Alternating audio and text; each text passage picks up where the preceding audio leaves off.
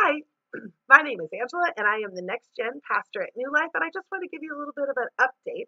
I am primarily speaking to parents because that's who's on this page. But if you are an eavesdropper, you are welcome. Pull up a chair, sit down, be inspired to pray for our youth group and the students involved. All the better. The more, the merrier. Okay, so if you came to our parent night a couple of months ago, this should not be new information, but I figure it's worth putting here because sometimes you have to hear something more than once to have it make sense or to stick. So, I want to talk a little bit about the journey that we've been on and where we're going as a youth group. And when I refer to youth group, I'm referring to our youth group is junior and senior high. About a year ago, might be a little bit longer, we started to ask some seriously tough questions because we were observing something in our youth group, several somethings in our youth group, but not the least of which we couldn't break a 30 student barrier. No matter what various tactics that we tried, 30 kids was the most we could do. And when our heart is for the thousands of students in Petaluma, we're not willing to settle for 30 as much as we love those 30. Oh, my stars, love them.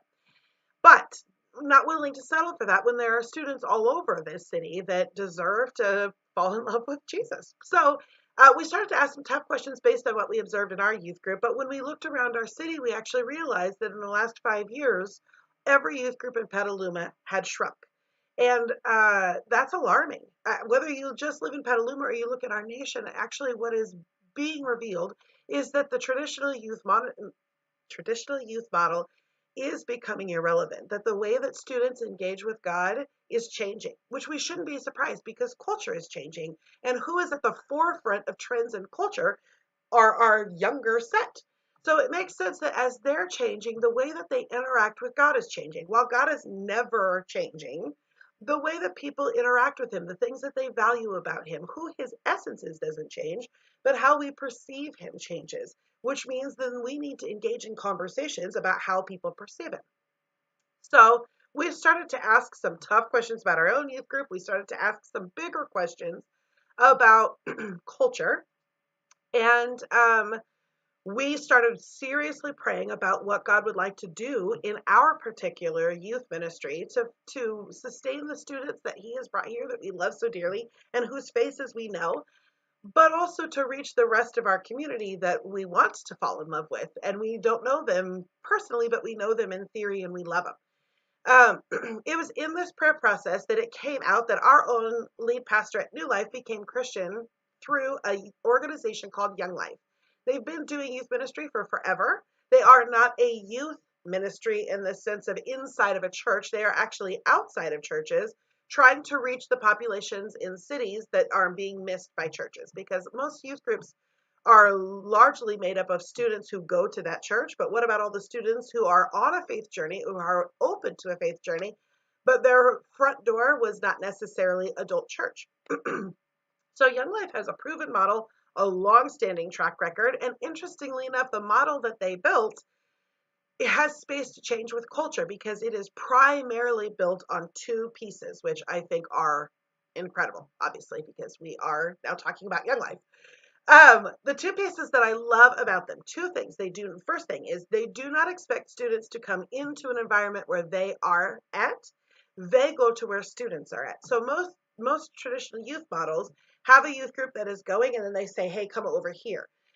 Young Life's entire model is about getting adults onto school campuses, out to games, getting to know them through students that they know. So you might take a kid from a traditional youth group and say, hey, if I brought pizza to your friendship table, would you let me come have lunch with you and meet your friends? You just foster organic relationships rather than, hey, go invite your friends to come to youth group. So that's one key difference, is that it is about getting out to where students are. Another thing is not necessarily a key difference than traditional youth models, but in this case, it is the backbone of what Young Life does. And it's one of the things that makes it stay relevant. It would change over time as culture changes. And this is the premise that it is built entirely on relationships, that it is not primarily built on a weekly gathering or primarily built on a particular discipleship model. It is primarily built on people, which the Bible is perfectly clear that people are going to know who God is by looking at who his children are. And Young Life just works on that premise. that if I deeply love God, if I have my life ordered around my belief in God, if I set my value systems that way, if I am active and vibrant in my faith, then as I develop friendships with students, they will feel that about me. We will naturally engage in conversations where I would be sharing who I am and what I'm about and how I work and how I think and perspective. And it gives them a safe spot because we're just building a friendship here. I'm not trying to teach them anything. We're just building a friendship so that when life happens to them and they have questions that matter to them, when they look for someone to speak to, they look for the person who's been investing in them. So their parents are an obvious place, but the Young Life volunteer would be the next obvious place, as they are there for the students. They have been on their campus. They are showing up at their band events. They are celebrating their birthdays with them. They have built that relationship. So that is already there where they've earned the right to share how they think when the student comes with questions. That means that as culture changes, and people like me who love Jesus and love students, as we change with culture, the gospel remains the same. My love of Jesus remains the same, but I'm shifting and changing with culture. I'm not a whole organization. I'm just one human being. But that one human being is shaped with culture. As I remain relevant to students, my faith remains relevant to students. And we don't have to worry about or moving a whole organization. As individuals organically engage in their faith, they remain relevant because they're engaged with the relationship over here that keeps them relevant to culture, and they're engaged in their relationship with God, which makes Jesus also remain relevant. Love it. It has the ability to change as culture changes without losing the heart of Jesus at the root of this thing. Okay, so we got Kevin was already exposed to this. I got exposed in this way. I've been doing research, and as we have prayed, we're about 6 months into the process of feeling really drawn, loving this model of both evangelism and a big Jesus word, discipleship. How do we help students grow in their faith?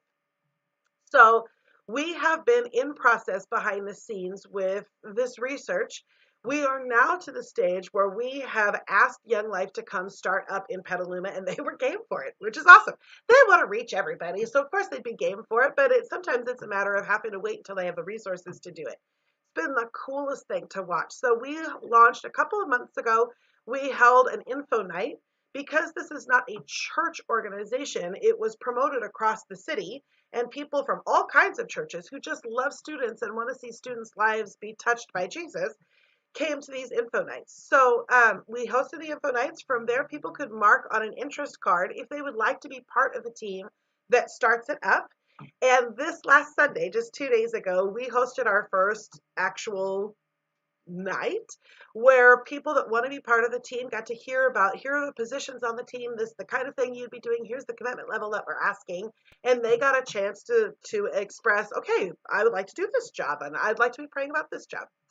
So the two groups of people that we got together that are going to have to form in order for us to move forward with Young Life Petaluma is a board, which is just a group of adults who are providing the support structure underneath this to make it sustainable, financially sustainable, leadership sustainable. There's a constant system of recruitment, and sustainable in the sense of keeping the is a very social media word here, but keeping the story going, fanning the flame of parents who have students that are involved, of donors, fanning the flame of churches who would want to get involved. How do we keep that thing going? So the board is being formed right now.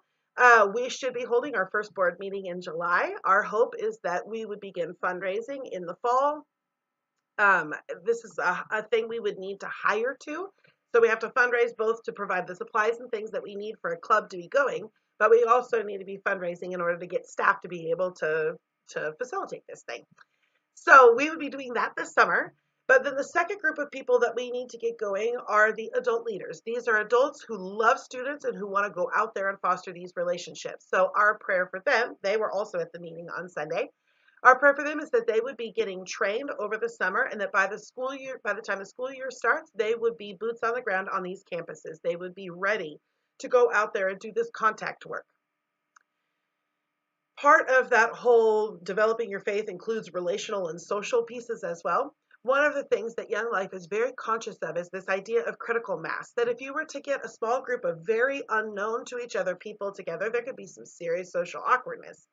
So teenagers aren't any less so that way than adults. But part of the way that they avoid this is to make sure that they have a certain amount of critical mass, a baseline of students.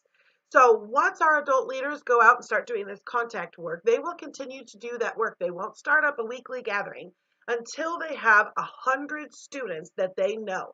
They know their names, they know their hobbies, they've met their friends, they know their birthdays, that kind of stuff.